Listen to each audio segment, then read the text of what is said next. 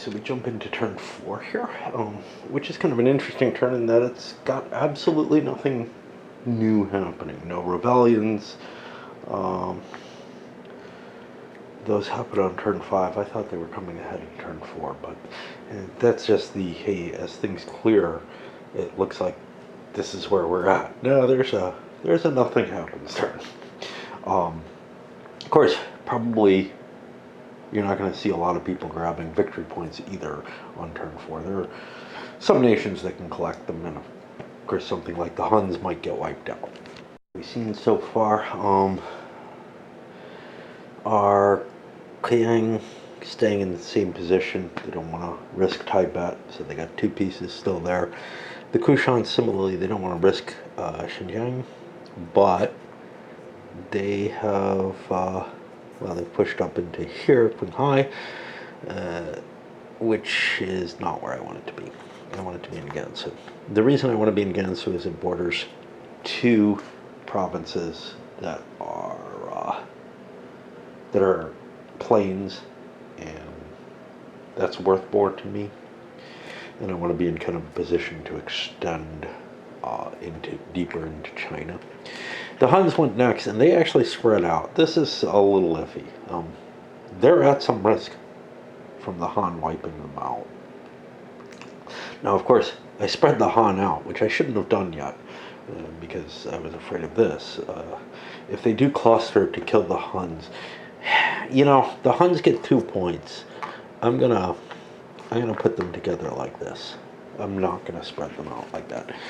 Looking at what the Han have ahead, it's too likely that they will go for that 2 extra points to wipe out the Hunnish force.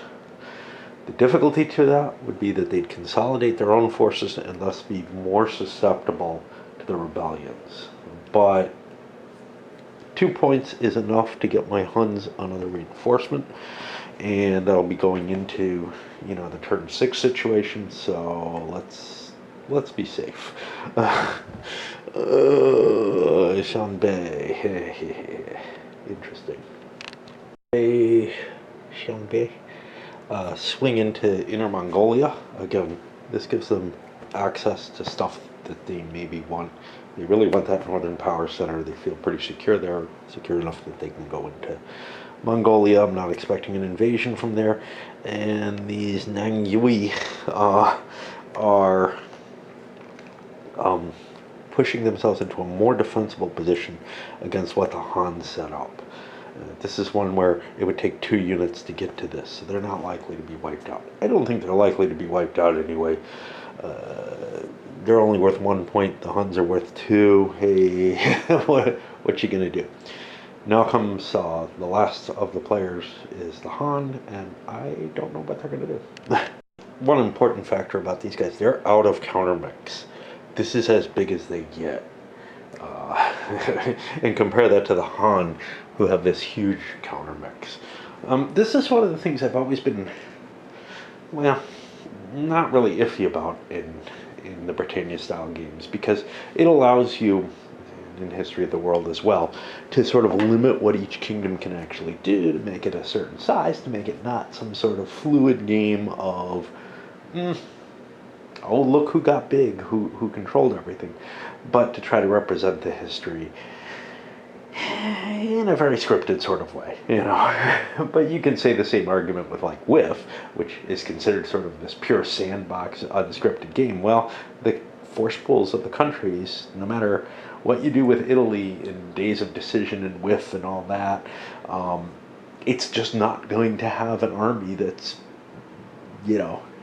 that much bigger than the Italian army actually was. You might have some neat toys that you wouldn't otherwise have. But yeah, in this, your size is what you have, and your size isn't necessarily the most important thing in the world. As we saw, lots and lots of points here. The size of your country is only important in terms of how many points it generates. That's the victory point size of things. Of course, what you want to see is the history unfold and what happens. And I like that sandboxy nature of the history. This is not the game for that. The game that I'm thinking of is the one that I'm trying to formulate some thread. And given that my game design thoughts are about as coherent as my philosophical and economic thoughts, it's hard to, pull that together and create something that's real. Instead, there's sort of these ephemeral ideas that are sort of springing out there, and that doesn't work very well for producing things. There's a reason why I don't actually design the software. Rather, I critique it, right? I'm going to go for sort of a minimal attack to try to wipe out the Huns. Not because I think Blue's doing terribly well, but because that's 2 victory points. What the hell? Might as well grab it. They look weak enough that we can do this. I've done some odd stuff, like sending Han out here again. This is the split up. My theory, and it hasn't been tested at all, is that the more I spread them out and keep them away from each other, the less impacted I will be by the revolution. So, for example, if this becomes a revolution spot, I don't lose anything else. I just lose that piece, and that's great. On the other hand, if something like this does, well, these 2 spaces are actually adjacent. Remember, there was a rule where these 2 are adjacent and these 2 are not, even though these 2 look like they connect more. I think they're probably wrong, and there might be an errata about that, but screw it. It doesn't really make a difference which way you interpret it, just so that you're consistent on that. I do have bonuses with both players. If the Huns seem like an incredibly valuable thing to keep alive, which they don't, they're not worth a lot of points, I might want to spend my bonus on that. If the 2 points seems incredibly important, it doesn't. I might want to spend one of my chits on that. I don't think so, but I'm just giving you that, hey, I have that option because these fights are kind of close. Hey, since this is kind of important, let's do one. We'll do the Shanxi. Okay, we failed, but the Huns cannot retreat anywhere because you can't go into empty territory. So we keep fighting rounds. This does not happen in most of the Britannia games. Most of them you can retreat into empty spaces, and that prevents, hey, I'm at a disadvantage in this fight. I don't want to fight it. I don't have any particular reason. The Huns would retreat. I'm not sure how I feel about this because mechanically it's annoying to have to keep rolling the dice when one person would leave and the battle's over under any other circumstance. Okay, there we go. Why am I holding that piece? Well, no good reason. Okay, there we have both lose 1. And again, the Huns cannot retreat. And the Han want this fight. That's why they're here. This time, though, the Han are defeated. I'm not going to play any kind of thing. And I ended up in kind of a neat position where I think I'm guaranteed to keep a piece, which isn't assured with those revolutions if you have your pieces clustered together. But I failed to kill what I wanted to. I've weakened the Han, but again, it's not clear how important that is if the revolts are going to just divide me up anyway. However, what I've done is also assured myself that I only have 1 piece, plus whatever I have built up. If it ends up I'm in the mountains, I don't get a reinforcement. Hey, terrible, right? That'll put us to turn 5. Speak of the comfort food nature of this game. Yes, I have to do a couple of rules lookups every now and then, maybe as many as I do with other games, but there's not a lot of thinking. Just looking these up. The mechanisms are fairly quick and light. I don't have to have calculations in head. Basically, most of what I'm doing is fairly easy to do. And what that means is it presents me, it's not just the simplicity, it presents me with an imagery that I can see, the sort of moving maps through history type thing, right? You know, I can see, hey, there's a little country here and it's just been sitting alone. Now, and this is actually one of the things that I'm a little iffy about with some of the ideas I've got. There's a genericity to this game in terms of the points. Yes, some nations have specific locations that they want to be anchored near, and they want to protect those locations as much as possible. But others are like, yeah, you know, I don't care what I'm in, as long as I'm in the, you know, in the plains and not in the mountains, I get good points. So for example, these guys, yes, they came from Vietnam, but they could wander up here and go up to the north if a path looked available and enticing in that direction. And do you want to do that? Do you not? Well, it depends on, you know, rumors of peoples coming centuries later or whatever, because the turns are quite large at the early point of the game. But anyway, this comfort food thing really is a large part of it. A large part of my enjoyment of games is picturing exactly what I see on this game. Territories defined on a map, a physical map that shows me the shape of the territories held by various people, you know, where I can look at the kind of maps that you see in books or whatever, one after the other, and get this imagery of what is going on in the world. And I stop and I reflect on that in my own sort of really very, very twisted way, which we won't talk about here, but you can look at my Wide Drum video from long ago, which explains some of what I see. I see sort of movies in my mind of these maps and what's going on to represent them. Well, if I have to say, one of the things that's weak on this, the rebellion has created something that usually doesn't happen in these games, though, with the Han being spread out. That's a little weird. No question about that. Okay, when does this rebellion happen? This is the Three Kingdoms rebellion. In turn 5, they enter a special movement phase. The Shu move and fight, the Wu move and fight, then the Wei move and fight. Okay, so they are all specially listed here as they're basically going to cycle through this, because then they get another turn. They get the second turn of the rebellion. But first, we zoom back up here and start the new turn.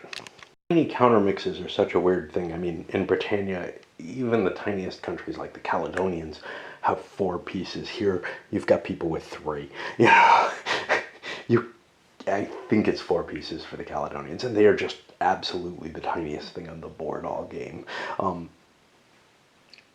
I need Tibet. I want my 2 pieces for it. I'm at my limit. I can't grow.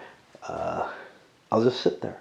Now, maybe I'll run out and grab a point, but maybe not. You know, it's a half-point difference at the end, at the victory point turns. And otherwise, I just sit there and collect my points, you know. What I didn't bother to look up was the rebellion rules for the Three Kingdoms. It's more specific than I meant. So what I initially said was, hey, I guarantee that I'm going to lose one, and I guarantee that I'm going to lose 3 provinces and armies, and that I'm going to keep 1. Well, that's not as optimal as I could have made things. So if I had moved into Shaanxi and Hebei, I would be in the 4 area.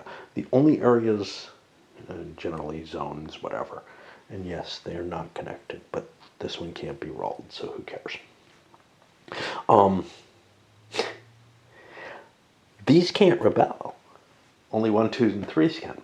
But if there's no rebellion possible,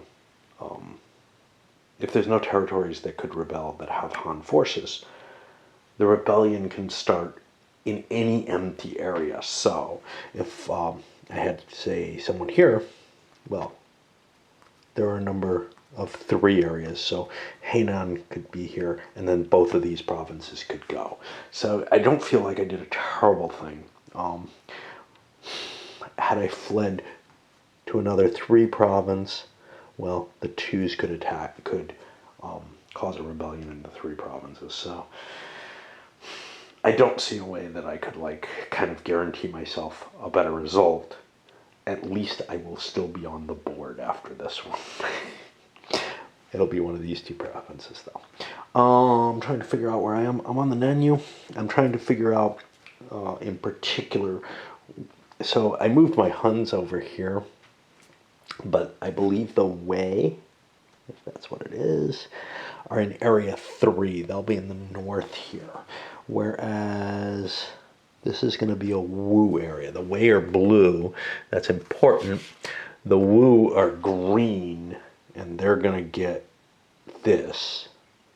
Which doesn't make much difference because I have to protect against both of these. So what I'm worried about is the loss of my Huns. I didn't have a safe place to run the Huns to. I would have liked to have put them in a mountain. But, you know, my own people. No, that was green. I see the blue here. I think blue. No, that's a green player unit. They moved across the border into the safest place while things get kind of chaotic. Because this is going to create a lot of new armies. They're not trivial rebellions. There's additional armies available. The order of play, the Han get another move. I don't know what I want to do with them. Because I do have additional considerations. I could go hide. There are places, not completely. Yeah, that doesn't look good. But I am considering, hey, if I have a unit in the 3 area, I actually can have cover in Shanxi and Hebei.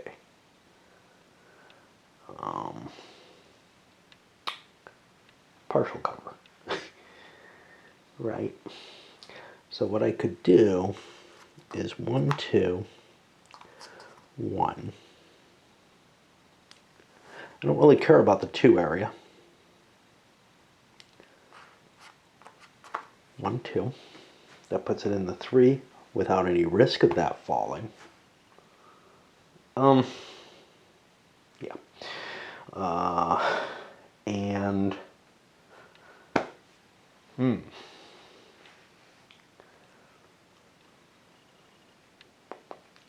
I can't come close to these. That would throw these at risk. Where do I want this guy? Well, here kind of threatens these. So let's move this down to Hubei, which is a more attractive place to be anyway, but it takes some of the pressure off my people. That's great. Now, oh, I had 3.5. I actually had an extra army. This is important. So that goes here.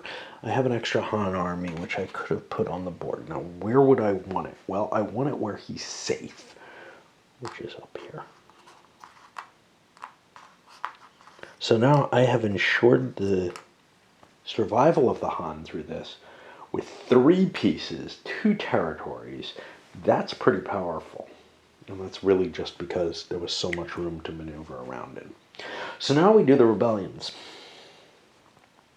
The Shu must start in a Han province starting with a 1. Okay, that is Hebei, or Hubei. There's also a Hebei, but the Shu should roll a die and place a 1 in front of it. Yeah, well, there's only one option that's successful. This province must contain Han armies.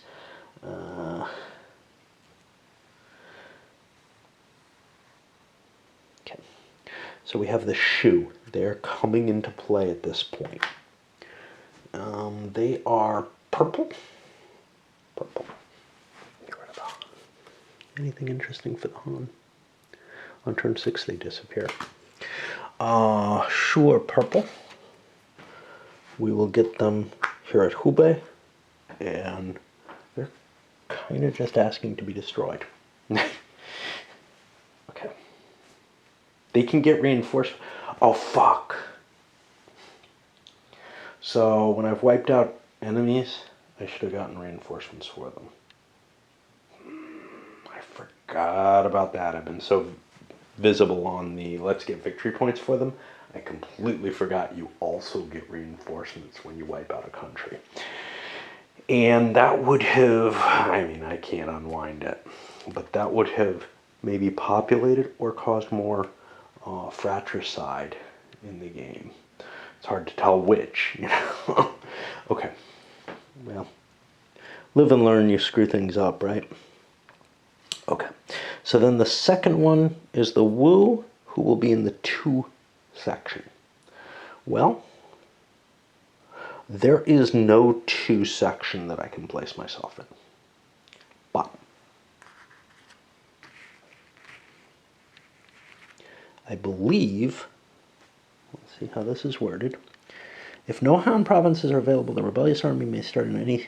now, it doesn't say what to do if there's no empty provinces.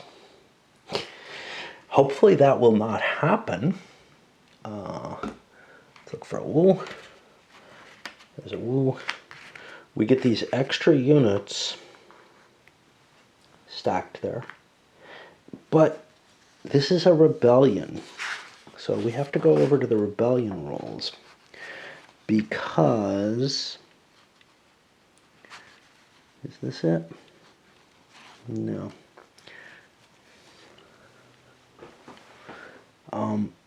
The Shu first rebel, then determine the loyalty of adjacent provinces, then... Okay, so, yeah.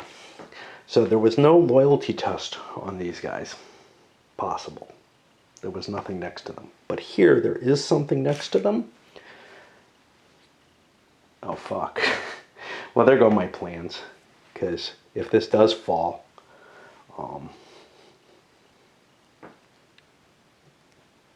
everything Han could fall. Okay, we did not roll successfully. That means there's another Wu here. And now, the final is the Wei. There are no Wus in 3s, or no Hans in 3s. So I gotta find me another Wei. No way. Okay. And I can put them in Hainan, and they're now very powerful. And I make loyalty rolls on both of these. Actually, I don't have to put the whole pile there. The reinforcements can be shifted. Let's do that like that for them. Okay, let's take a look at this one first. We do not succeed in the loyalty roll. We do not succeed in the loyalty roll, so new ways show up here. The Han have been destroyed. Now, here's the question. Did the Han just generate victory points for the Wei? I don't know the answer to that. I'm gonna have to look that one up. The answer is no, because it says if after a battle is resolved, all the armies, blah, blah, blah. So I don't think you can do it through a rebellion, unless, you know, yeah. Okay. So, who are we at first? We are at the Shu, who are not in great shape. However, the Shu could get lucky. And we're going to play by the rules now.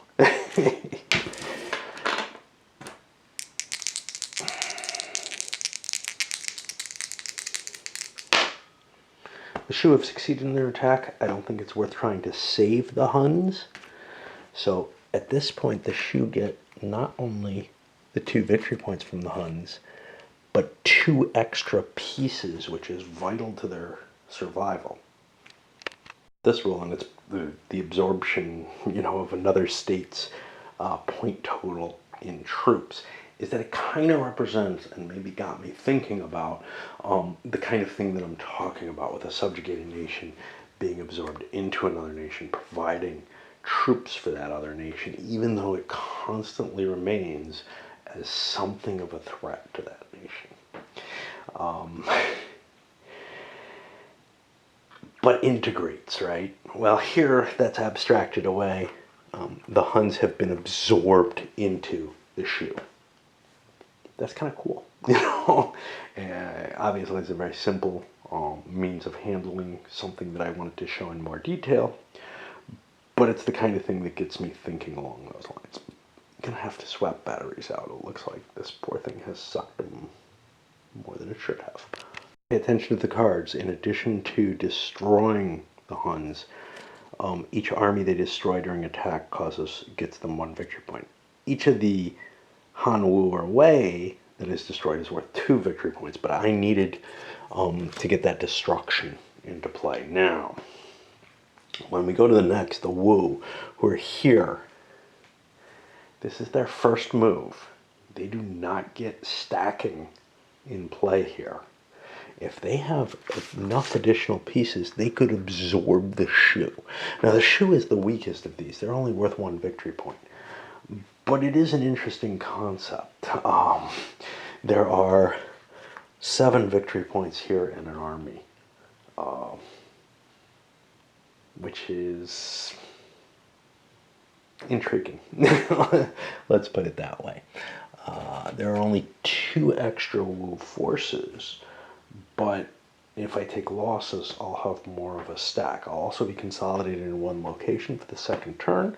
I'll have destroyed the Shu. Now some of these, like the Wei, okay, the Shu look like they can be destroyed. The Wei can be destroyed, but they get reinforcements on turn 7. And the Wu also do not get reinforcements. So this is kind of an interesting situation. Go for multiple attacks. 1 here, trying to wipe out the Shu, who are all clustered in 1 place. And another one down here, just, get an extra point and pull me away further from where the real threat is. That's going to make it harder on the way to conquer us. This was not a good result. The Wu got wiped out. They had 4 pieces to 3. They had the attacker advantage. They got wiped out there. Here's where it's tough. Do I want to use my let's just redo that whole battle? My answer is yes, but it's a hard call because I have, a more important country, the Sui, coming up. I did succeed here, so I'm not, if I'd gotten killed here, this could have actually wiped me out as a nation and given the extra pieces to the Shu and etc. But I mean, I'm not getting a great result out of this anyway. I'm only going to get 1 reinforcement piece had I won. So once it was down to like 1 die versus 1 die, I was already considering, even if I win, do I want to play that piece? Because it looks like there's a good chance the Wu can just knock me out. Okay. Well, that created something kind of interesting. So we succeeded. We got a unit back. We pulled in 8 points marked somewhere for the Wu. Had the Shu wanted to, they could have said, hey, no, let's re-roll it again. But the odds were not in their favor, unless they threw the +1 in, and then maybe, but their nation isn't as valuable. Well, now what happens, now it's the Wei's turn. But then we go back, and the Wu get another turn, and the Wei get another turn. And then that's the end of it for this turn entirely. Wei are being quite bold. We don't want to go there. That's our own people. We'll throw a much bigger stack in. They're being quite bold in terms of attacking the Wu. They thought they were being bolder. They were going in here too. But they're also making a move up to Zhejiang. Now here I have a penalty because of the wall. And here's what's weird. I don't believe there's any movement penalty for going across the wall. I don't see anything.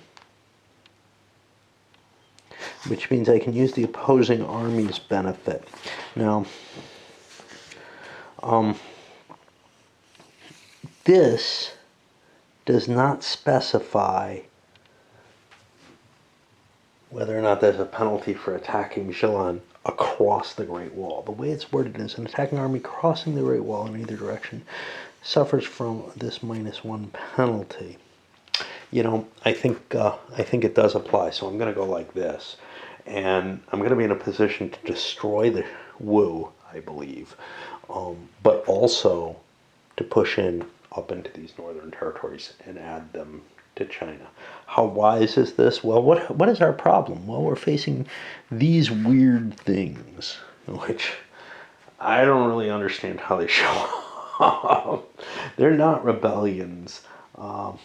Let's take a look at how they're recorded here.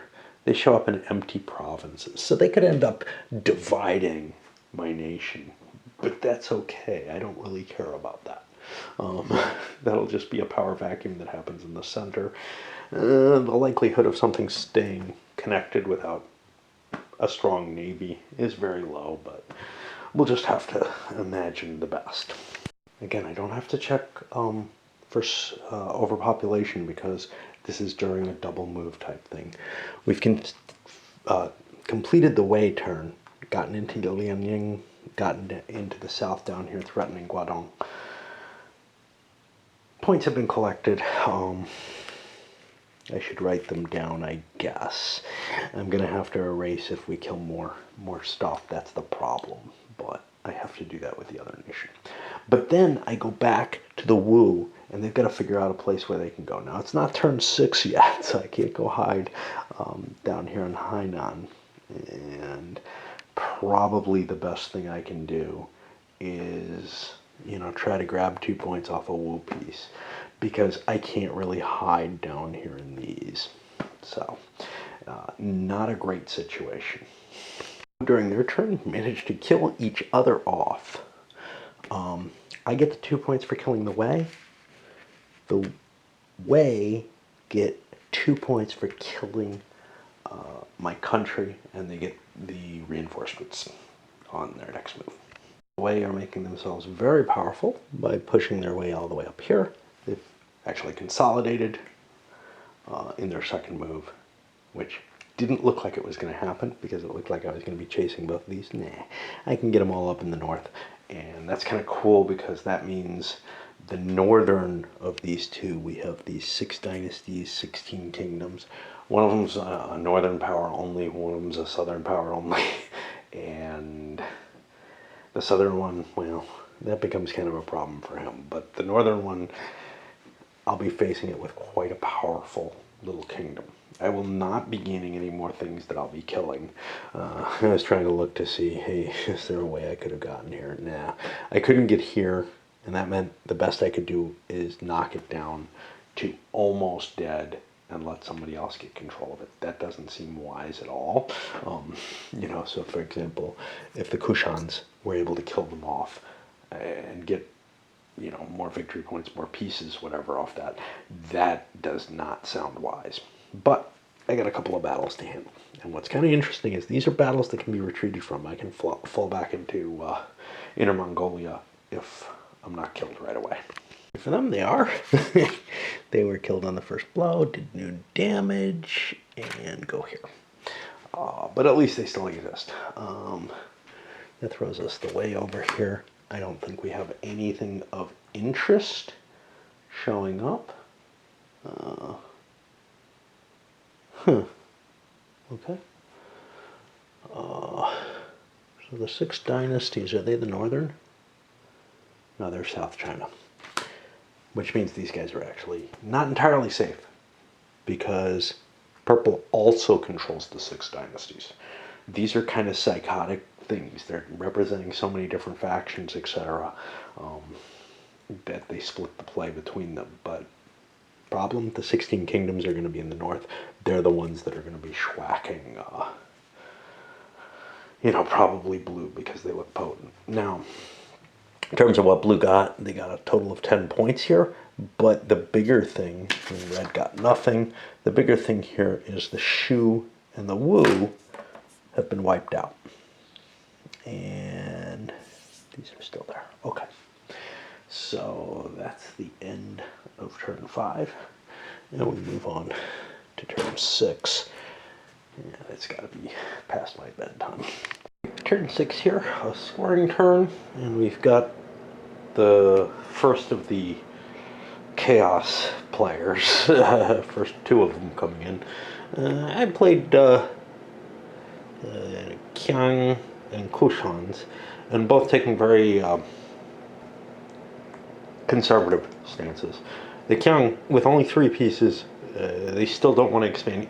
You know, there's too much going on. I don't want to expose myself to the possibility of losing that 3 points, not just this turn, but possibly forever. You know, once you lose a highland territory, that could be troublesome. For the Kushans, I had some thought of like throwing a piece into there or something.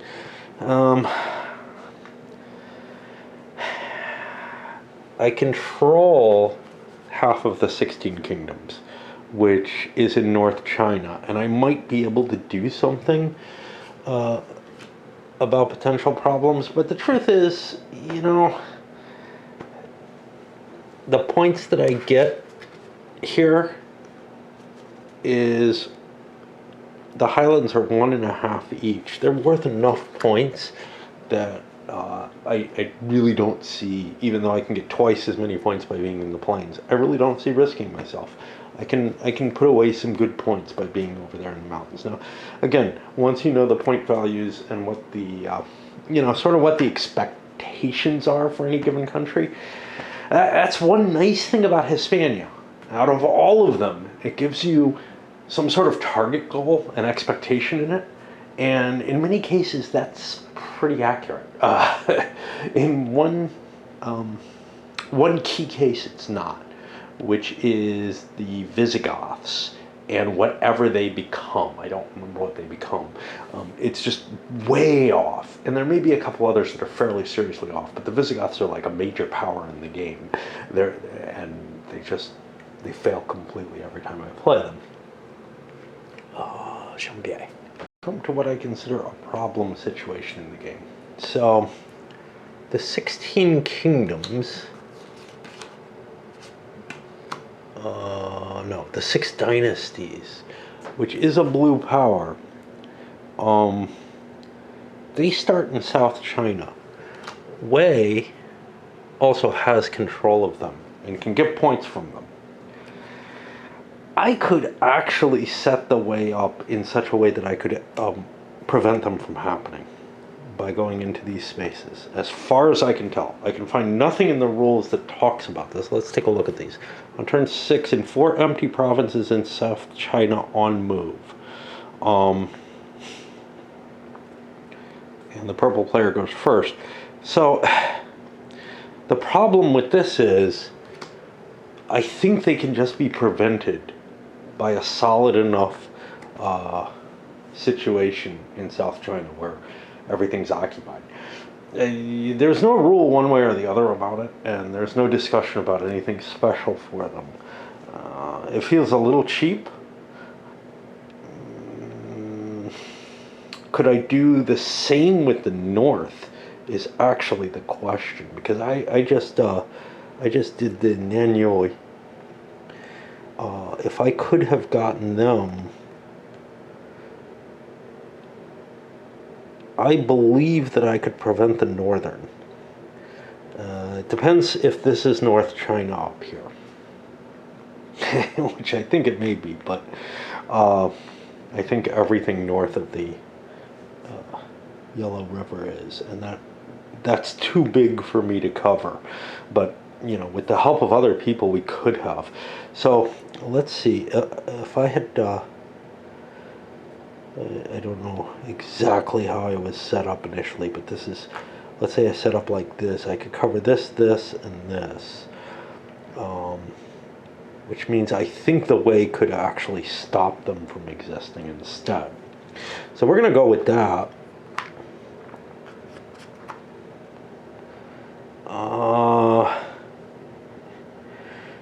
I don't know about this last one. I go here, and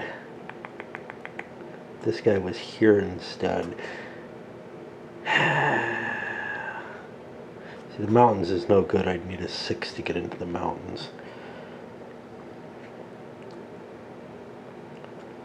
No, I'll leave him there.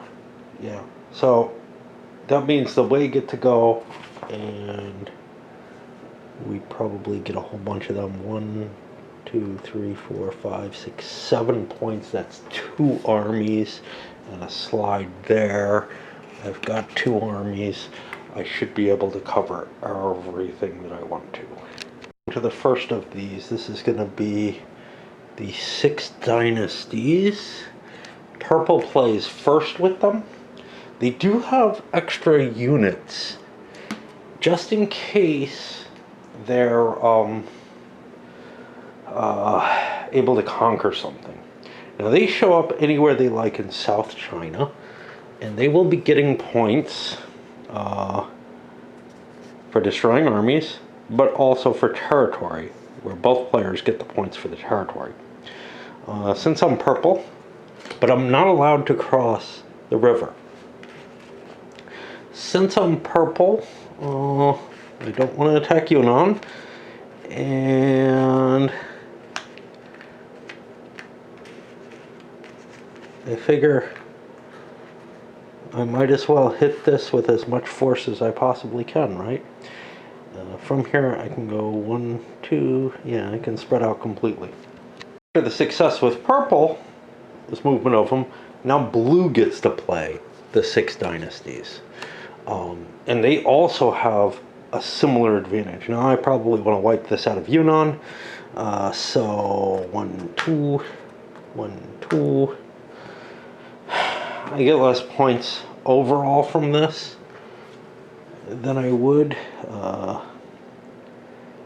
right? So blue and purple could each get victory points, but you know, we could have left blue alone there. Who's doing well so far? Purple is doing very well because of the points that they got off of the kin. So we're gonna try to screw them up.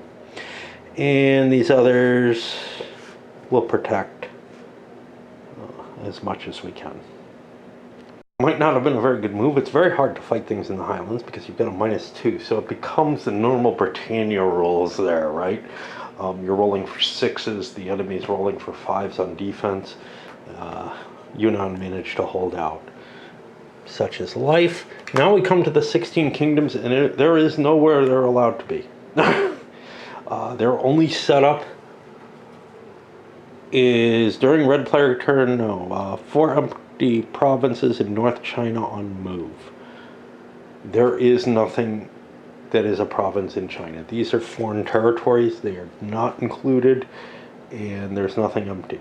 So I believe they just failed to produce any points because of what the Wei did, or what the blue player did to prevent them from happening. So they become a non-player. That may seem really, really harsh, but they probably weren't going to create that many points. And somebody had to go through a lot of effort to prevent them from happening. I'm not that worried about it in terms of a kind of historical argument for why that's reasonable. This area is all too well controlled and ruled to have created the kind of chaos. Whereas down here, there were so many empty provinces that there was a power vacuum. And it is precisely that kind of power vacuum which is trying to be expressed by those. Now I'm going to score all the nations for each color. And remember that for the 6 dynasties, which will not produce, by the way, they will not produce any population. The only way they get people, they get pieces back, is by wiping out something else, because they aren't coherent. They're just chaos.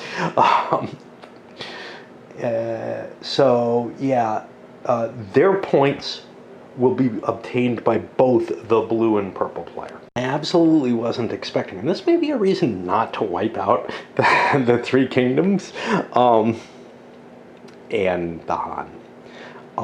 During turns 5 and 6, they get points for destroying stuff, and yeah, I killed an army, which I got a half point for. There are no more points for the Wei until turn 9. They don't get per turn victory points, so they totaled out at a half point for the turn. So we net out the points for the turn. Blue picked up 5.5. Red got 7. Purple got 6.5, and green got 1 for this Yanbei. That's in fact all they have on the board. And we're recording the per nation thing, victory points. This is making that 28 points for the purple player on turn 1 look incredibly powerful. Again, I make the assumption that there's some level of there's not much that could be done about that, right? That was the Quinn who just came in with a lot of power early on in the game, right? I think that's supposed to be the... I don't remember. Where the key are here. The Quinn started off with a few pieces. I don't know. That just seems obscene, the amount of points that they produced. Let's take a look at this. Turn 1, invasion. It's the 3 points per army that they were able to destroy. I'm not sure that can be easily prevented. If maybe other people had to wipe each other out or something in anticipation of that. But right now it looks like they've just banked so many more points than anyone else. And, I mean, this is reminding me of invasions with the Roman player, the red player who has the Byzantines and the Romans, basically. And how they just were banking points throughout the entire, first 2/3 of the game. And it didn't look like... it didn't look fair. And it turns out that there was a penalty for them in the way I played, but the rules have been changed in such a way that penalty doesn't exist. Well, here, so far I'm not seeing anything. Again, it looks like this is a blowout advantage to begin with. How do you prevent this? I mean, did I screw something up? Each warring state army destroyed during attack is 3 points. Well, that shouldn't produce 25 points. So I don't know how I got all those points.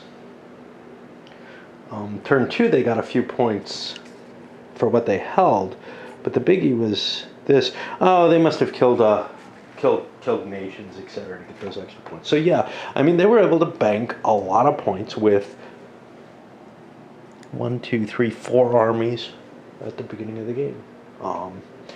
Maybe somebody has to wipe them out at the beginning of the game, and that's the only way to prevent this. But again, that's not obvious. You kind of have to play it to see that, and wow. So yeah, that's the end of turn 6, and we reset. Turn 7 is going to put us here with 3 more things. First is a bunch of way reinforcements. I've got all my way on the board, basically. There's like 1 left. The fact that they've survived in this much strength means, well, there's not much I can do about them, right? Like, I'm not going to get much. But then we get Kazakhstan and Russia have forces coming in, and nothing says an invasion or anything like that, so I assume they're just going to be normal movement coming in. And it's probably time for me to go have some sushi. To one of those cases, and I think this game only holds 4. I don't remember seeing anything about different numbers, which is weird because even Britannia holds other numbers, but I find them unplayable if they're not in the number they're intended for, just because of the colors and the cards and such not. So, it makes sense to me. But anyway, ran into one of those situations that I have to worry about, which is the Kushans are going. They don't get any additional units, but I see the next thing they're revealing is the soon-to-be arriving on this turn, Tongass. I must have my light on, I guess. Nope. I guess that glare is just the overhead light catching this. Who arrive in Kazakhstan here, and they can't go traveling into these other areas. They're going to have to go to Xinjiang. And then their desire is to be in Qinghai and elsewhere. So one of the things that happens sometimes in these games is I got to move out of the way of my own people.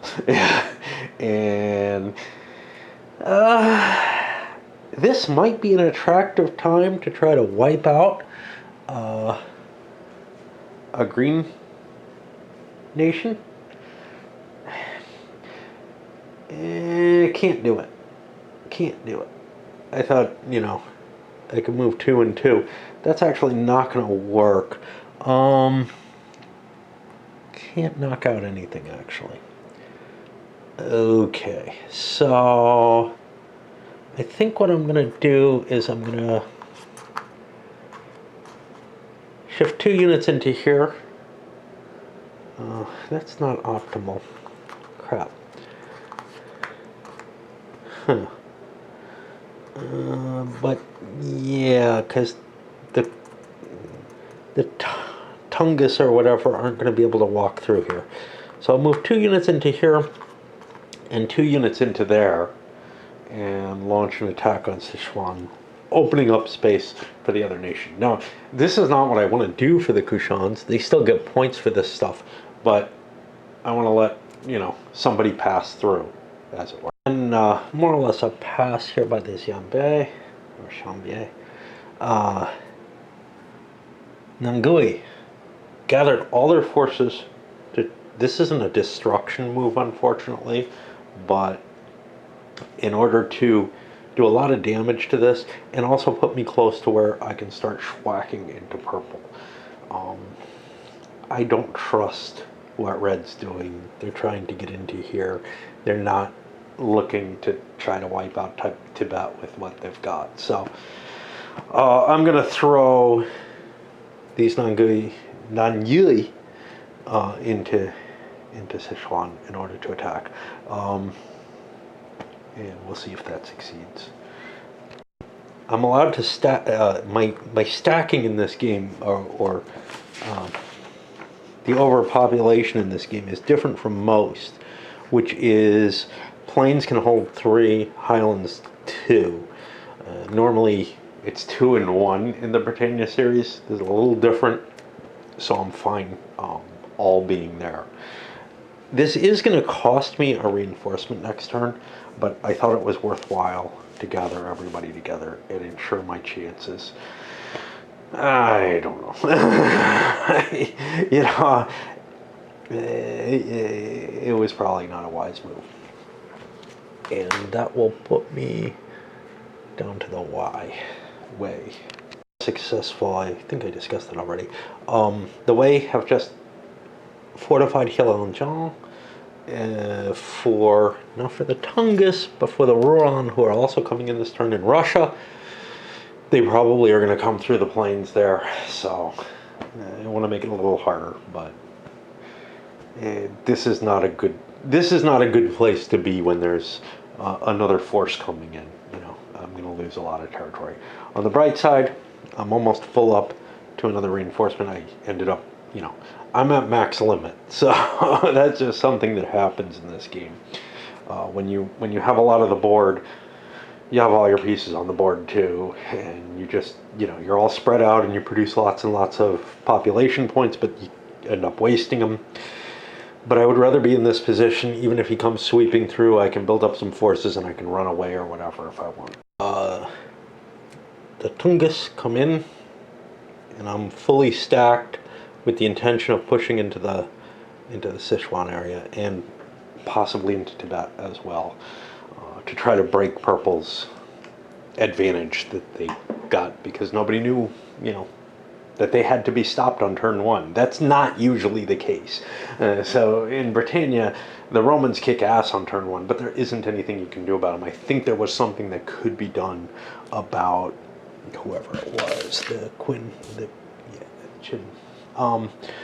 and then Purple got their move with 6 dynasties. They're pushing them away from their own pieces so that there's no problem there. And then Blue Well, they don't want them there.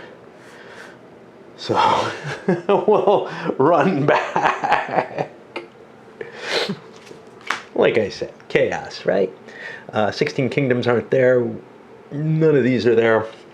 So we are on the Roran, who show up in Russia, and will be, no special invasion or anything, but they'll be sweeping down. Now I got to put 4 pieces here to cut through, and I want to do that unless I want to go smash into Inner Mongolia. The nice thing about Inner Mongolia is it puts me in a position where red probably can destroy the last of that nation. So, how big is this nation? This is the kind of thing you want to see. It's got only 6 pieces. I've got like 5 of the 6 on the board, I think. Yeah. So I don't really need a lot of population growth. So what I may do is that, and fight those battles out. Be the position at end of turn. Red's getting a nice position on the board. Blue had a nice position on the board, but it's not translating into points, not the way that first turn bonus did. Again, the game might have been thrown away on that first turn by not paying much attention. This is the end of turn 7. That pushes us over to turn 8. Nobody scores anything this turn at all because none of the nations left except the Y have, and I'll make up different pronunciations every time I say it, along with everything in this game, because I just am too ignorant. They're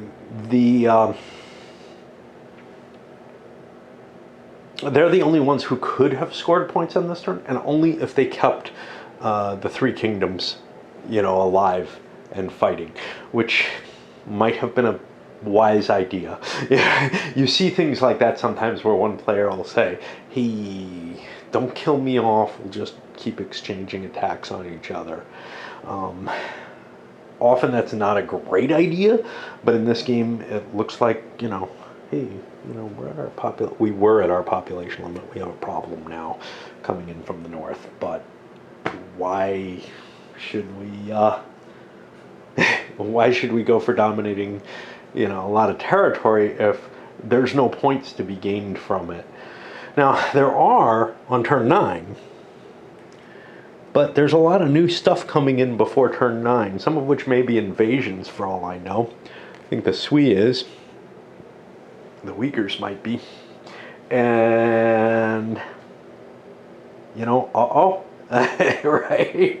I'm not going to be this potent then. I'm going to have to run away and create some kind of barrier and figure out what it is. So the Uyghurs are purple. I got to be careful with them. We can't let them score points. We want to wipe this out. We want to try to make things as hard as possible in purple because I think they gained way too many points early in the game. All right, let's jump to turn 8 right away. They're fairly rare in this game. We just saw one with the whatever they are, the Nanyue. I can't see them on here. Moved into Yunnan to attack it, and these Qiang ended up having an opportunity to retreat. Now they're officially overpopulated here, but that's okay. They have until the end of their turn to rectify that. And this was... that's going to put us down to the Y, where we got to think. We got to look at the Uyghur and figure out. So they're coming in, I think, in Mongolia without an invasion. And then they turn to the Yuan. Over here, another purple power, which is not pleasing. But that's probably way down here, huh? If they're still around. Yeah, it looks like it. Now the way they're using their power to attack the Kushans. Why? Because I'm kind of worried about how much board presence red has. And I also need to evacuate this area. Let the red into there. Take the defensive advantage of the wall. These guys could actually slip away and open a hole in the wall. And I'm also starting to kill, even though I own them, at least halfway, the Six Dynasties, because they're generating points for purple. I think that like purple's in the lead. Yes, we're getting just as many points, but if we can take some of their power away, they'll be less able to schwack blue pieces. Now this puts the Kushan withdrew back. The other one was destroyed. This puts us on the Tungus, who are here. They get their 1.5 points, assuming they don't have a cheat where they get better growth off of something else. And my thought of like hitting Tibet looks horrible now because there's 3 units in Tibet. But I need to get out of this space. So I am going, how much do I want to spread out? How dangerous is it? It's dangerous in this part of the world. So I'm going to keep a fairly large piece there, set there. I'm not going to get any victory points off this turn. Got to check to see what I have in units. I think I've got them all on the board. So I'm just going to evacuate and open space for the Kushans for next turn. And we got a little fight. Schizophrenic Six Dynasties move over, kill a blue unit, and then run back away. There's not much that blue can really do with them. They're stuck below the southern, they're stuck in the southern part of China. Tibet is blocked, and now we go to our Uyghurs, and the next one is these Nuen Sao, who are coming out of Vietnam. Surprise! Okay, the Uyghurs really want Xinjiang. And everything, and they're actually good point generators too, as opposed to most of these countries that are producing like 1 point for each plain and a half point for each highland in victory points. I think I want to try to bag the Kushans if I can, but I do want to guard this as much as possible because there's going to be problems otherwise. In consideration is how many points are the Kushans worth for the rest of the game? Well, they have 1 more victory point turn the next one, so they're basically worth 4 points if they get this location. I don't think it's worth playing chits to try to save them. And as for the Uyghurs, well, we still have a couple, actually a number of powerful nations left for purple. And this is one worrisome thing. Purple got a lot of points already. It looks like they got some biggies coming left. It's not like, it's not like they lost one of their biggest looking nations. How do I know about the point generation? I don't. You could have a very, very powerful looking nation that doesn't produce many points. For me, that's a sort of a dissonance that can happen in these games. And it can be brought about through the design, etc. But honestly, it's part of the, hey, you have to experience it to know what something's worth and what you're going to be facing in the game. Yeah, I wasn't quite as smart as I thought I would be. The Uyghurs destroyed the Kushans, and I have a reinforcement piece. Now I'm going to place this in my most important place, and therefore overpopulate and kill a different piece. And I got a victory point. These non-victory turns, so many of them are going just blank across the board, or where there's a point for wiping out a nation or whatever, and that's what we're seeing here. Tujui, that's the next turn, which means we go to the Ruran, and then we have these Nanzhao. Take what the Wei offered him, and here again, each plane is worth 3 for them. But then we start looking at other things like the Nanzhao, and they're not able to score the same kind of points. So it's not like the points have just, becoming greater as the game goes. It's just some nations score ridiculously more than you would expect. I find this very disturbing. So I find the oddities in Britannia, where it's like, oh look, the Danes want Cumbria for 6 points for 1 turn. Those kind of things, or they get 4 points for York or whatever every victory turn. Those kind of things, yeah, they score more points than you'd expect, but whatever, it doesn't really disrupt things. But here, what seemed like a reasonable move moving away may not be, because I may have just created a point beast up there that I could have stopped. I mean, the Wei are very powerful. They could stop something like that, but they chose not to. They chose to fall back. Whatever. And then with these guys, they pushed forward. They attacked in Guizhou, and they had a victory which destroyed the Six Dynasties. This was something Blue, I guess, thought they were going to be able to do, but they didn't. And the Six Dynasties now is going to generate 2 replacement things and 2 victory points for Green. I don't think that's horrible. Green isn't doing all that well in the game, but the extra couple of units might be kind of a problem for the Wei down there. And speaking of which, I can just quickly look. Hey, no victory points for either of these players. We have 2 points that showed up here, 1 point here.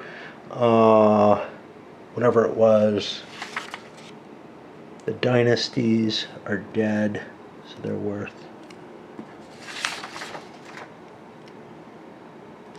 2 for them and 2.5 for them for the game.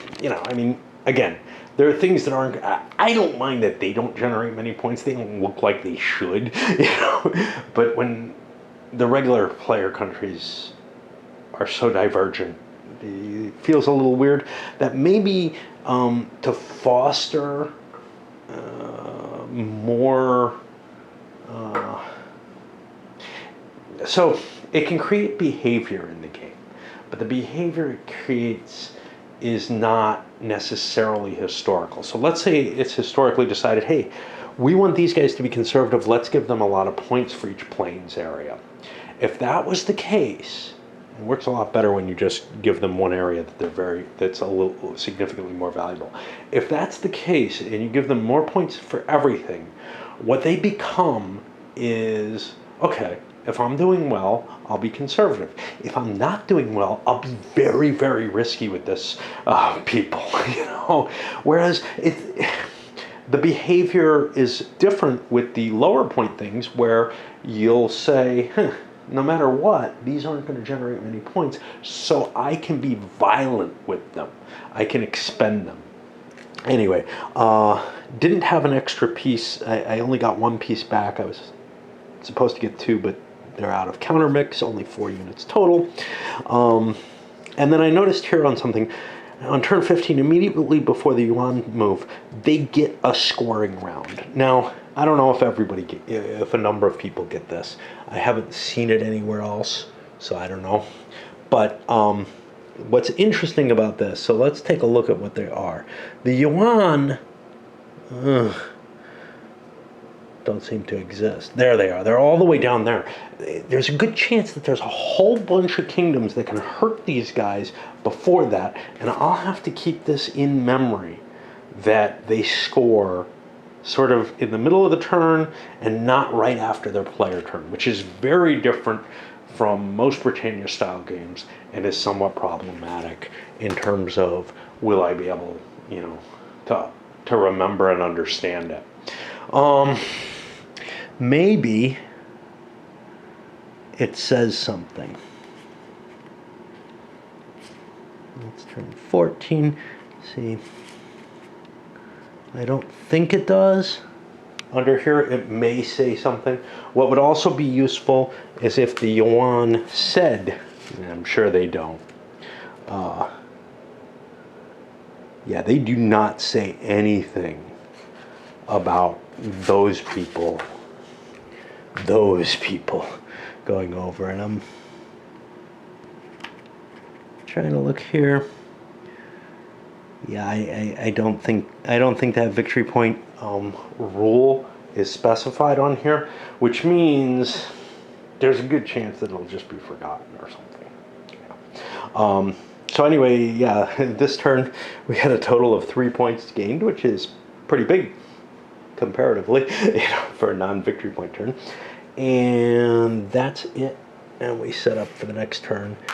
And now I gotta go play one of my stupid two of my stupid flash games that I'm addicted to, because they're all about, ooh, every hour or so you gotta check in and do it.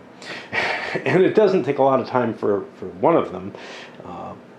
The other one, well, I guess both of them, but the other one, there's a significant amount of time that I have to spend over the course of a day, but I can do it kind of at any point, and I can't do it while I'm working, for obvious reasons. It's a fair amount of just, I have to be paying attention to the game, and it doesn't really matter for the most part when I do it, although a little bit of it I have to do just before I start work. And also at 2 a.m, but which is ridiculous that I'm like ruled by this, but I've actually spent, $5 on this, on buying stuff in game or whatever. I don't want to talk about it, but anyway, so now I can never give it up. Plus I have a guild in it that I'm running that I've given up guilds a couple of times before, but it just adds to the burden of whether or not I want to be in it. The other one I've also spent a few bucks on, but I'm enjoying that, and that's just kind of, I check in every now and then, and it's no big deal. I can turn away, and instead of posting on Facebook, while I'm working, I can check in on the game and do something. So that one has no burden, but this, for the most part, other than I want to check every hour or two. But this other one, takes like 2 hours out of my day in terms of playing stuff, and I really got to get out of it. I was playing one that didn't take as much time. No, I'm not going to tell you these. I'm embarrassed of them. But it totally, they changed some things in the game, and it just pissed me off.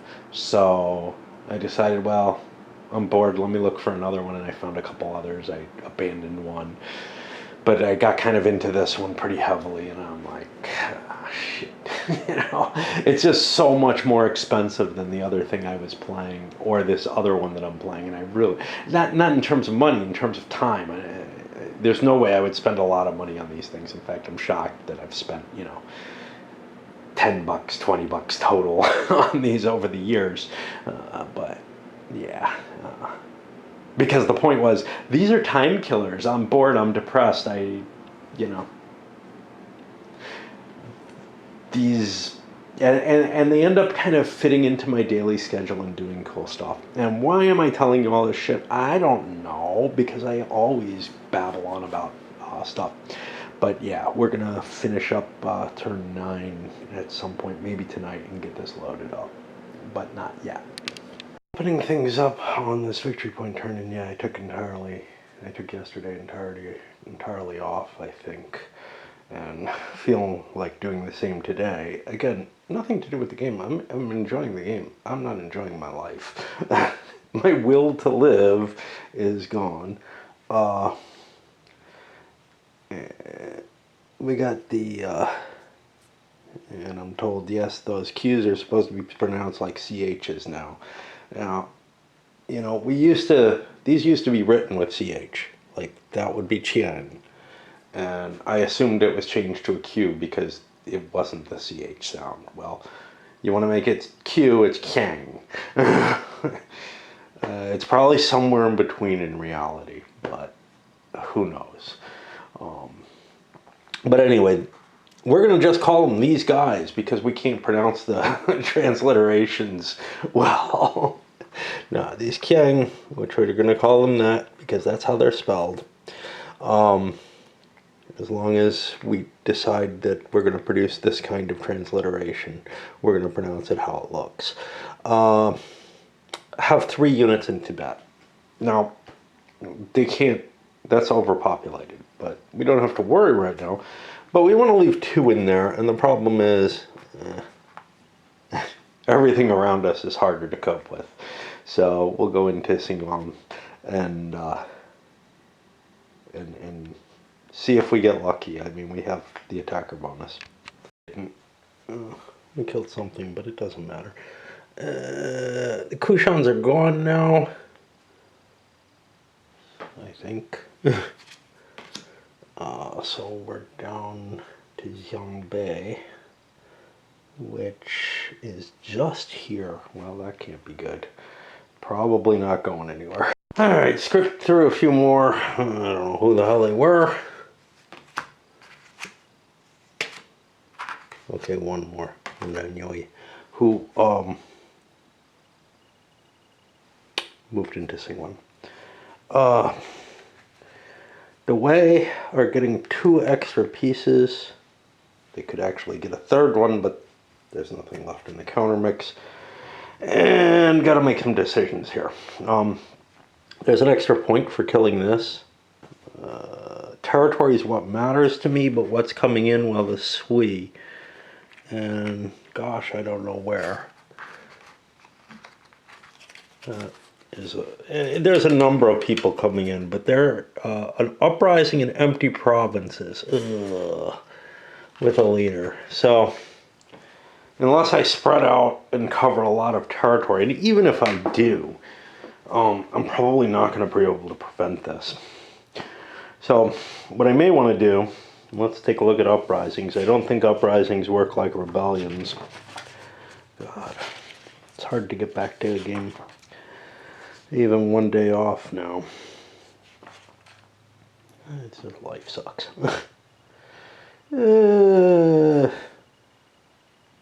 Yeah, they're just... Those armies, wait. The Sui Song, Nationalists, and Communists all begin. Those armies can move and fight twice. So they're going to do some damage, and I'm safer clustering than I am staying spread out. Now, if I completely spread out, I think I can prevent the uprising. Similar to what we did with the other things that showed up in empty spaces. But there may be special rules that I'd have to look up for that.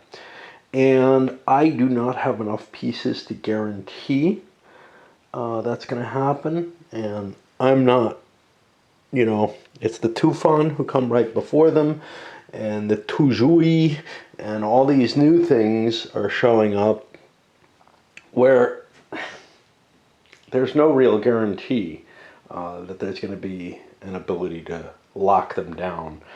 The Wei are currently the largest peoples, whatever, army. I don't know what it is, because with all this empty space being... So, in Britannia, the empty space doesn't generally happen. Sometimes some shows up, but you don't see shit like this except with the Danes, where they're like wanting to go to Cumbria or whatever. Because you generally have a cluster of locations you want to be in, and you want to defend yourself with a kind of a wall of places. Here, there's a lot of weird rules that make that not happen, and it's harder to discern. Not that I think the Britannia system does a good job of telling me, hey, this is where the population is, because there's probably population everywhere, and that's why I want to handle a game that represents the movement of populations and the movement of armies as separate entities. Because I don't feel like anything does a reasonable job. The only place where it kind of does is with, you know, barbarian hordes that are moving with the army around them. That is not terribly... that there is something correct about the way Invasions handles that. But the rest of these Britannia-style games, man, I don't know what they do. And if you get abstract enough, like History of the World, it's like, okay, I don't care. You know, I'm conquering territory, I'm not the people, whatever. Because there's not growth or anything. But there's population growth here. Population growth is not based on the locations of armies. You know, I hope. Oh, the positioning I chose kind of failed. I'm going in here to get the extra victory point for kill. That's probably too tough a place for the Swede to even worry about. But otherwise, I'm moving to the south, and I'm not really thrilled with what I've done. So let's get these guys there. I'm pretty sure they could have moved there. This guy was here, but I could have moved someone else. Yeah, let me put a two-piece barrier on each location. I know this isn't optimal, and why am I killing these with only one each? Screw it. We're just going to try to create something kind of cohesive instead. Because that spread out, sure, it'll get me lots of population points, but unless I lose a lot of pieces, that's not going to matter. I'm going to lose a whole lot of pieces, I'm not going to get the population points. So I think this is a safer positioning. And we'll just go for this kill, and we'll beat that up because what the hell. We indeed managed to bag the Xianbei. Other than that, I don't know. You know, that would have gotten us a reinforcement piece. There aren't any left, so we're screwed out of that. And now we go to one of these invasions. No. The Tungus were already on the board. I don't know where these other guys are coming from. And what about these Nanzano? Yeah, they still exist. The Tufan are coming in. Oh, they're going to replace the Qiang out of nowhere. Okay, well, that was nice to know. And what about these Tuzhui? I don't know. Why are there 6 dynasties left? Yeah, that's probably a mistake. They got wiped out and I didn't remove them. These guys will be showing up in Russia. Let's get 6 dynasties out of there. Had I been paying attention, Purple would have tried to kill their Tibetans, the Zhengxi off. Or no, their Qiang off. I'm sorry. I can't remember who's what. Because that's going to become something else and cause possible problems for the Uyghurs. We had somebody else who gone, the Tufan, no, the Tungus, are here in Qinghai. And they didn't want to go anywhere. They don't have extra population. They'll just sit there. For the Uyghurs, though, I spread out to grab myself another plane. This is worth 3 points. This is worth 4. Having both of them is a lot of points. And in order to get there, well, I want to keep my, that's still worth 1.5, so that's still valuable. That puts me on these new Tuzhui. Oh, I forgot to move the way. They didn't give way. So they're going to show up with a pile of pieces in Russia, and they're interested in plains and highlands. And so, I mean, the thing is, the Qiang have no victory points for the rest of the game. You know, which, you know, means the card is right, and the card tells you that things switch. It's just hard to see that. I think I've got them internalized, and I know what they're going to do, and they're just going to sit where they're going. And no, it's not like most Britannia-style games. It doesn't. There's a few that have, you know, there's ones that have a few countries that just don't produce. But I get the feeling here, it's sort of this halfway point in the game, and the game just shifts and you stop being the other countries, more or less. We'll see how that flows out. But I'm clearly not seeing many that go beyond that. So like this goes to turn 15. Well, that's a little beyond that. But then they're gone. You know, they turn into something else. This goes to turn 15. You're just seeing that everywhere, where one nation turns into part of another, or, you know, and gets absorbed, or just stops producing points, you know, or something. We'll see. In fact, we even cheated with the Tibetans. I don't think they, or the Qiang, or whatever they are. I think, looking at this, they probably were supposed to become the Tufan at the beginning of the turn. But I'm not sure. That's not specified in the game. That's how other Britannia games usually do it, but they do specify at the beginning of turn replace them, not at the beginning of the at the particular country's turn. So I'm going to leave it as it is, because here's the thing: if they were on the board, they could get wiped out, which doesn't seem particularly fair. And the big deal with that is, if the Qiang got wiped out, whatever these guys are, the Tufan, I think it is, show up somewhere else in India, you know. Zhui are interested here. The Ruran, who they're kind of chasing, well, I mean, they could come back and try to attack back, but that's not really appealing. They're interested in the same stuff, plains and highlands. Might as well migrate. Yeah. Well, the danger of whatever the Sui are pulls me down into the plains with double piece stacking in each location, because I think the rebellion's going to happen somewhere down here. This gives me 2 pieces to defend. That's, you know, a little less edible than 1 piece. I do abandon Inner Mongolia for it, though. Everybody to a more defensible position. Hey, Hainan's going to be hard to get to. You got to go through here, so therefore, you know. And this kind of weirdness does happen in the normal Britannia game style games, but it's more likely to happen the more that you have very flexible victory conditions. So these guys get a point for every plane they're in. What the hell? You know, let's just move around to those Tufan, who, this is problematic. So the Quang become the Tufan. India, 4. Okay, I look here.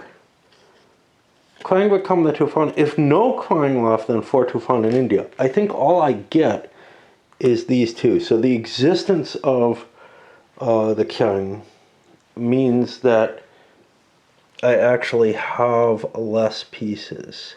Now I gotta look. It doesn't look like there are any Tufan in there. And then these are bagged. The game was meant to represent and what the rules were meant to say. It's obviously, since there are only 3 Qiang, Chang, whatever, it's to Green's advantage to wipe them out. Now, there was no real opportunity to do so this turn or any time in the recent past, because Blue's been kind of blocking that off. But, you know, instead of 4 pieces in India, which could come sweeping in and do all kind of damage, I got 2 pieces in Tibet. On the bright side, I can take this. Still. Although I would have a much easier time otherwise. What is my interest in it? Well, not much, to tell you the truth. I'm most interested in Tibet. What's not clear is I became them. Do I get population off that? Again, most Britannia style games give you very, very clear statements about that. Let's see whether there's anything in the placement rules here.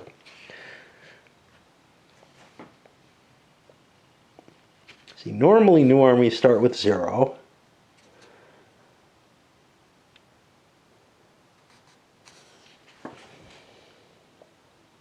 Replacement.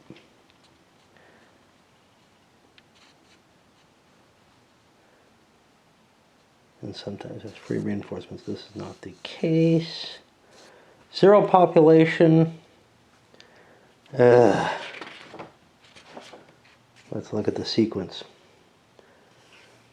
Place new armies and reinforcement comes after place population or get new population points. So they're not going to get any growth off this either, which sucks. I would really like Tibet. It's worth 2 points. Hurting purple is also worth 2 points though.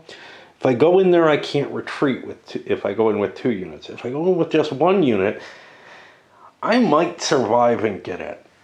So I am going to do that. No luck with that. Now I got to figure out what the Sui Rebellion is going to be like. Now I could have moved 2 units in.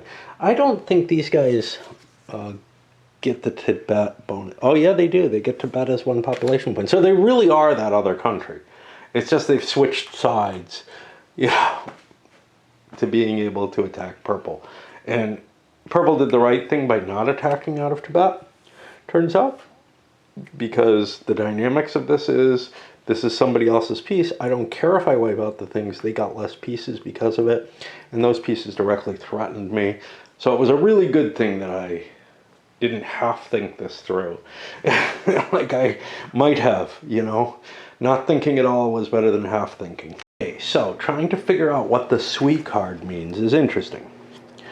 Over here, Sui Uprising, Yangshang, and 8 Army. Okay, that's a shorthand. I don't expect much to be there, but I want to make sure that there's nothing special. On here, Uprising in 8 in empty provinces on move, led by Yangshang. Now, you got this Uprising section. We'll get back to that. On the place new armies and reinforcements, there's nothing about uprisings. We got rebellions, which are something different. We've got replacement countries. We've got the Chinese Civil War, which is an uprising, but it's not this one. And we have emperors, which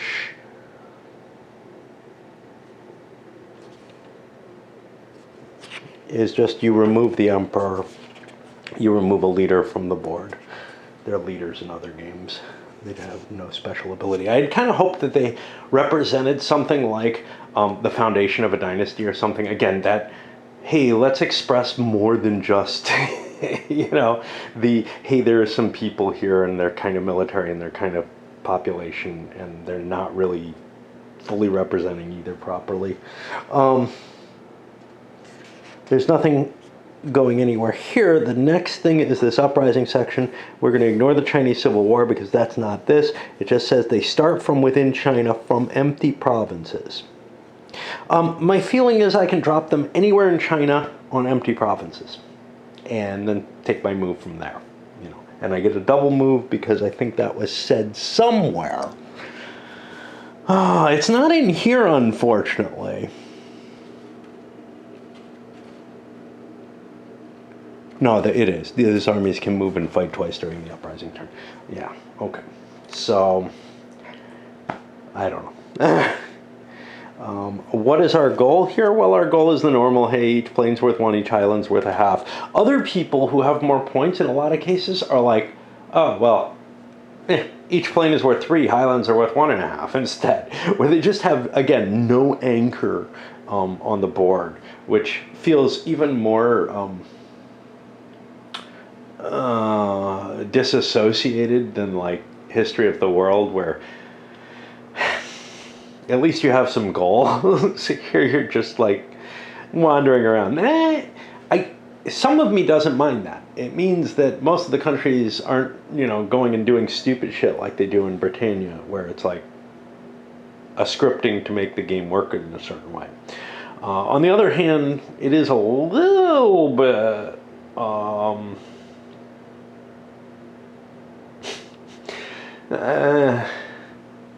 of a disappointment in a sense, because you expect that kind of grounding to happen a lot in the Britannia style games. I don't like the places where it's really, really wild, where it's like, you know, go get Cumbria for one of these 2 turns, or go get York for one of these 2 turns, and you get lots of points, and you only get it once, and whatever.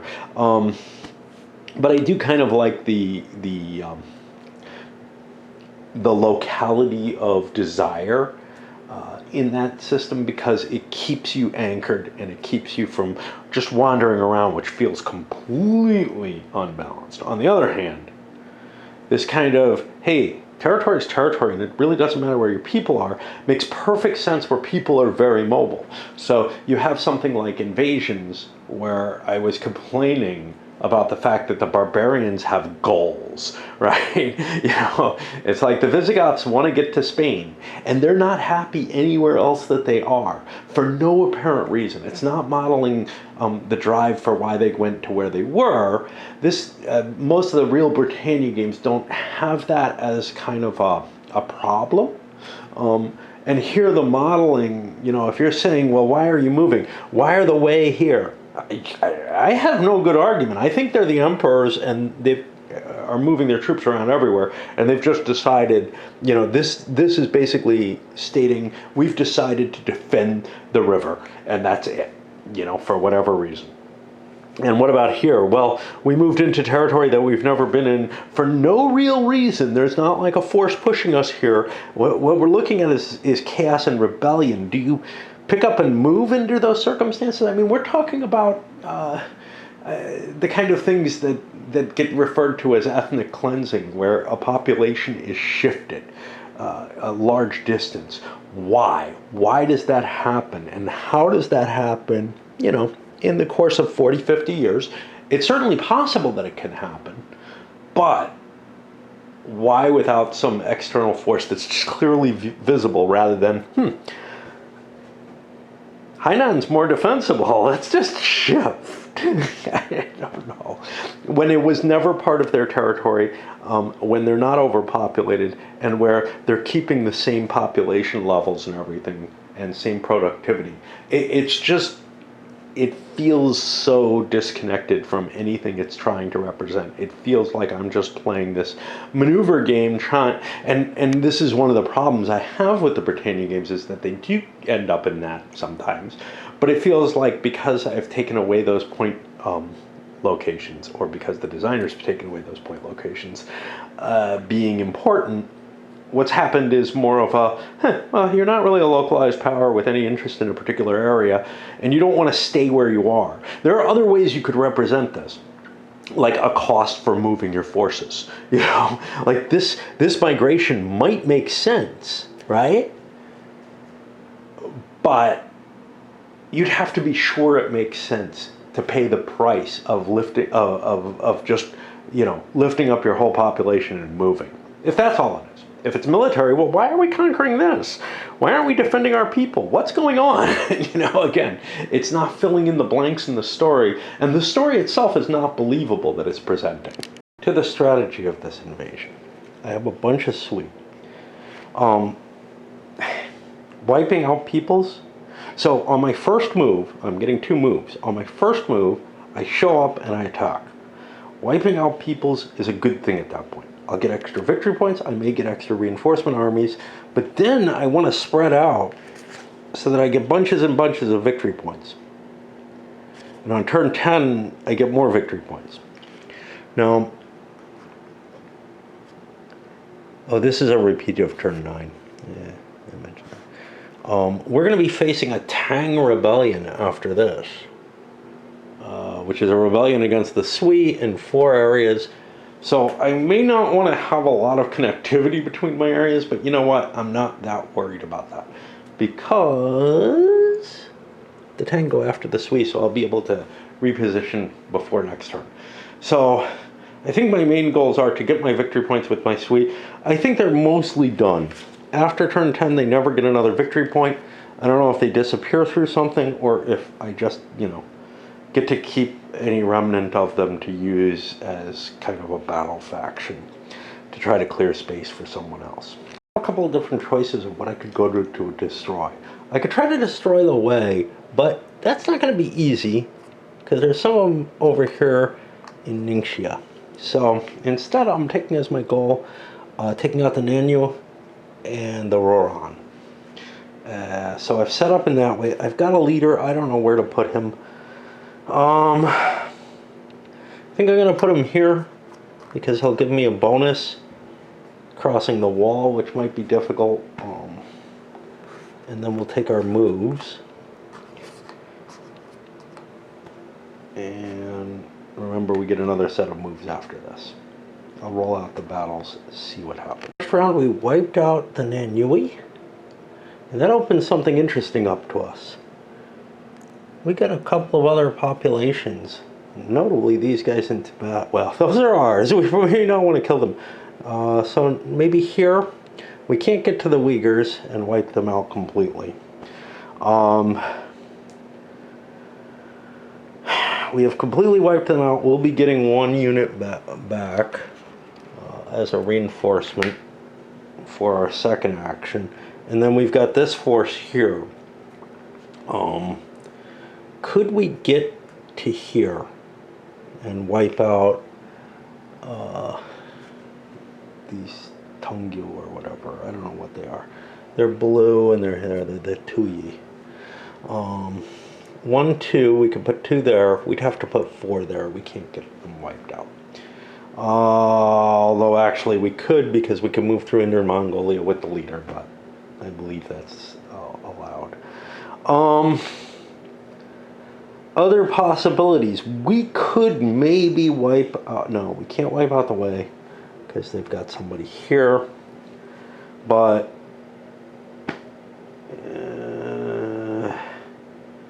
if I had my leader down here, I might take a chance over here on the Tungus. But I am too far. I can't get to them in any sense of the word. Maybe I can get here.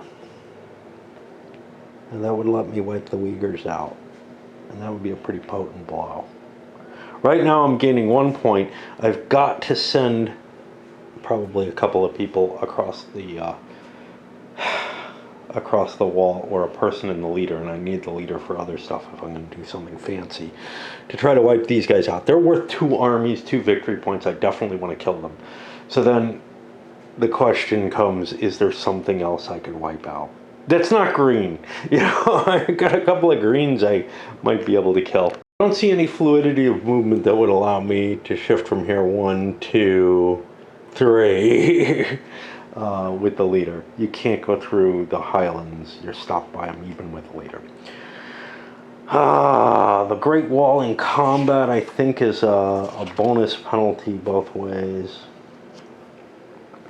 -1 penalty on its die rolls. Yeah, so just a -1 penalty. So that's not that bad. I'd be at even fighting across here. 5 or 6 to 5 or 6. Which, you know, whatever. Do I have enough forces that maybe I could... No, I can't take the Wei out. They're here. I can't take these out, I don't think. Because I can't skid through the Inner Mongolia. So yeah, I'll come back with what's best. I'm running out of battery and brain power as well. With purple in the lead, I feel like hitting the Uyghurs is sort of the secondary goal. You know, I'm not spreading out as much as I should, which, shit, that's the only problem. And that's really a matter of, do I want to hit this? It's worth 2 victory points if I take it. It is, I could have instead, this is an extra piece I have. This is my growth piece. I could instead go like this.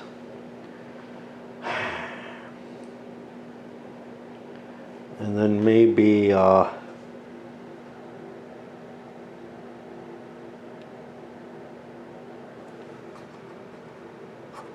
put the leader there. He's, oh no, I need the leader for the odds bonus. And then maybe grab another point over here. That's worth more than 2 extra points, but wiping out somebody's nation is kind of cool, and getting extra pieces is kind of cool. But my odds of doing so aren't that good. I don't even have 2 to 1, so I'm gonna go with this. I think it's the safer move, and it doesn't maybe piss him off, but I don't know. I mean, the worst thing I could do is piss him off, and then he tries to hurt me more than he would otherwise, or something like that. So we'll just go for the one guaranteed, not guaranteed, but advantageous kill, and otherwise grabbing some victory points. The result is we did kill the Roran, but we destroyed ourselves in doing so. We've got 2 more pieces. These are reinforcements, but I can't spread out with them. I don't have another move.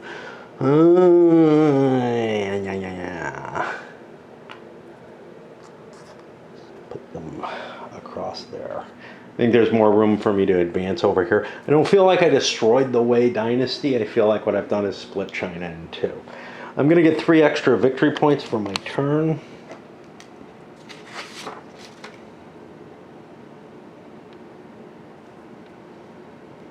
And that'll be added to what I pull in for the turn. That's 2 bagged races. And as we push into turn 10 and the end of this video, no clue how long it is again. This camera won't tell me that.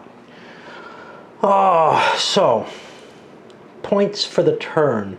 Let's take a look at who's doing what. The blue, The Wei managed to pull in 5 points because they weren't knocked back, and actually that's probably wrong. It's actually 5.5. I keep forgetting about this space that they're in up there. Okay. We'll try to see if we can read that. And they're Tujui, who are big point scorers for no apparent reason, pull in 6 points, 3 points per plane. You know, here I'm getting 1 point per plane, here I'm getting 3 points per plane. And that's the kind of thing that's hard to be aware of other people. A lot of times, especially the first couple times you're playing these games, you're focused on your own scores and who can hurt you. And you're not so focused on who's going to bring in a lot of points on other players. And this, it goes across the board, right from Britannia, because the Danes score huge amounts of points, where it's not absolutely... They have things that they can score a lot of points for. Even if you stop them, they'll concentrate on a couple of important areas. If they spread out completely, they can get a lot more points, but they're just one of these examples of someone who can score a lot more points than you'd expect in a short period of time. And that's kind of what we got here. So then for Red did not do well at all. So Red's Tungus give 4 points for Qinghai, and this is the first time they've scored. But notably, the Ruran, they have not scored yet in the game. They came in turn 7, they're destroyed, they created 0 points over the course of the game. Now, they could have created some points. I don't know how many. Again, you know, you look.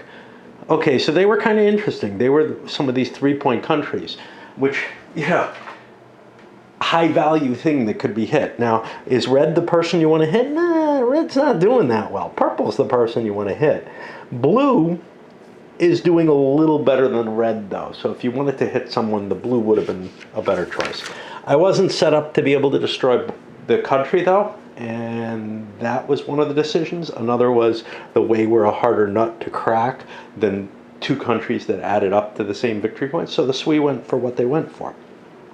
For Purple, we've got total points for the turn. Red got 4 for the turn, whereas Blue got 11.5, and they're consistently outperforming Red. And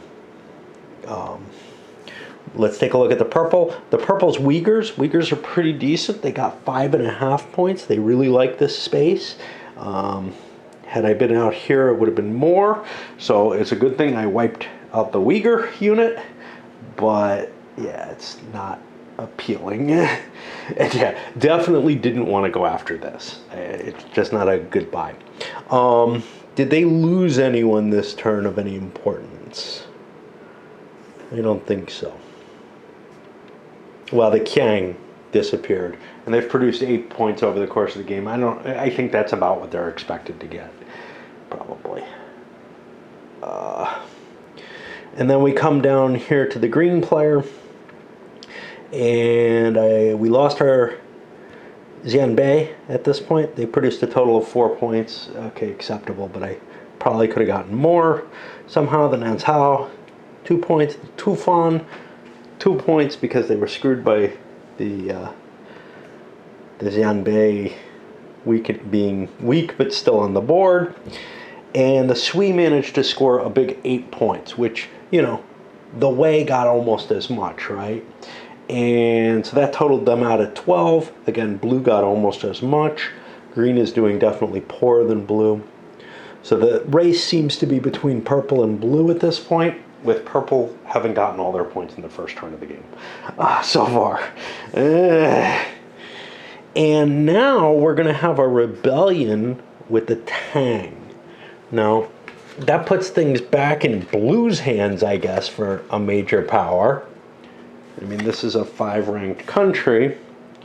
A 4-area rebellion, that can be pretty potent. Their point generation is not high. The big countries tend not to have high point generation, but many of the small countries tend not to have either. So, you know, when something like this is able to score big, it's kind of a shock out of nowhere, you know. You'd have to be studying all your opponents, all the cards of all your opponents, or just have gathered a certain familiarity of where the big points can come in through the course of playing the game. The key point, though, being you're probably not gonna, the first time you play this, the first couple times you play this, you're probably not going to be playing it at sort of optimal levels of information. there's a difference between skill and the information that a game presents. In a game of chess, once you've learned the rules and you kind of everything that could happen, sort of, but the skill in applying and making things happen is one thing.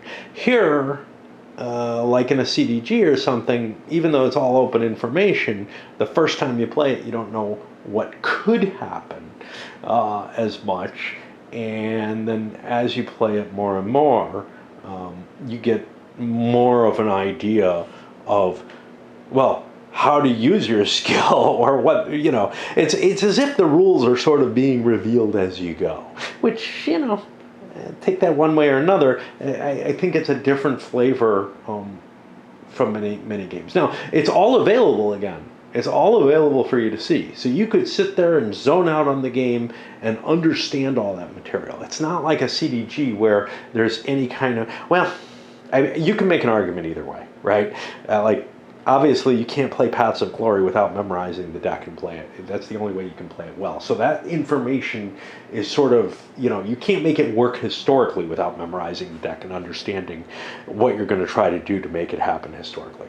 And that's similar to this in a sense. You can't react to, you can't play well in any sense of the word without knowing where everyone's going to show up. But that knowing where everyone's going to show up can be the kind of surprise factor that works like a CDG does. On the other hand, knowing where they get their victory points, that starts cutting to the bone of my problem with the Britannia games, with the first play. And then later plays, yeah, you get used to it, and it becomes very, very easy to remember what you're doing. Now, this one has a higher hurdle for a few reasons. One is, as someone who's more invested in Western European history, I don't know the history of the invasions of China very well at all. And secondly, there are so many countries so there's a couple greater barriers on this one than there would be to a Britannia game. On the other hand, if I'm looking at Hispania or Italia, the localized level of history, even though I'm interested in the Western history there, or more informed about it, but probably was more interested, otherwise I would have hunted down more of the Chinese stuff, right? It should mean that, I know when the Lombards, sort of arose and stuff like that and how they happened. The truth is no, because again, it's not just Western European-centric knowledge. A lot of the history that is available in the English language, or that's available through even at the university level, is often the only place you can get detail is in English history, maybe some French history. And I don't know, I don't know if it's simply that I know that there's significant research in Chinese history. And there's been historically a language problem in terms of crossing the barrier of the languages. The interest hasn't been there in Western Europe, which is, to me, kind of weird, right? I feel like there should be somebody doing translations of these important historical documents, but the research is just not being done in Europe, and the departments are China-focused and everything like that. I don't know if that's the same case in, say, Eastern Europe or in Italy or something like that. But, you go to a U.S. university and you get a very limited scale. So you can get the broad Western history, which, covers and colors in the most, that the whole sweep. You could get world history at the same level, basically, although that tends to be more Western focused. But if you try to look into medieval history or something, you'll get broader based books that look into things, and will take snippets from German, from France, from whatever. But it's very hard to get sort of a cohesive picture of like the history of the Holy Roman Empire. I have a book on that I'm wading my way through. It's taken me a year so far to get about halfway through it. It's a pretty hefty book, but the main problem is I wasn't getting what I wanted out of it, which was a picture that I could build the game that I want to build out of it. Not the one that I've been discussing here, but a much older thing that's been on my mind, which, I'll never make any of these. It's interesting to think about, and quite often I find the research that I need isn't there. In this case, the research is there, and it creates something that eludes my idea for what the game should have been. I'm left with, I could basically tinker with empires in the Middle Ages, that level of abstraction, maybe get something out of that. But I can't get the territorial, both the territorial and the cultural divisions are just too fluid for me to be able to create anything that I could sit back and say, yep, I accept this answer. Anyway, I don't know where I'm wandering with all this, but it certainly doesn't belong on this game video. So I'm going to send this up. Purple's still living on that big lead. They haven't seen anything that helps them anywhere near as much. And both blue and green scoring better than purple for the most part. Mainly blue. Green got its first big turn this turn, really. So yeah, mainly blue has been in that second place position. And I don't know, I don't know what players are going to decide based on this. We'd like to take purple down, but not at the expense of, hey, it's a choice between purple and blue. We've got to bring them both down.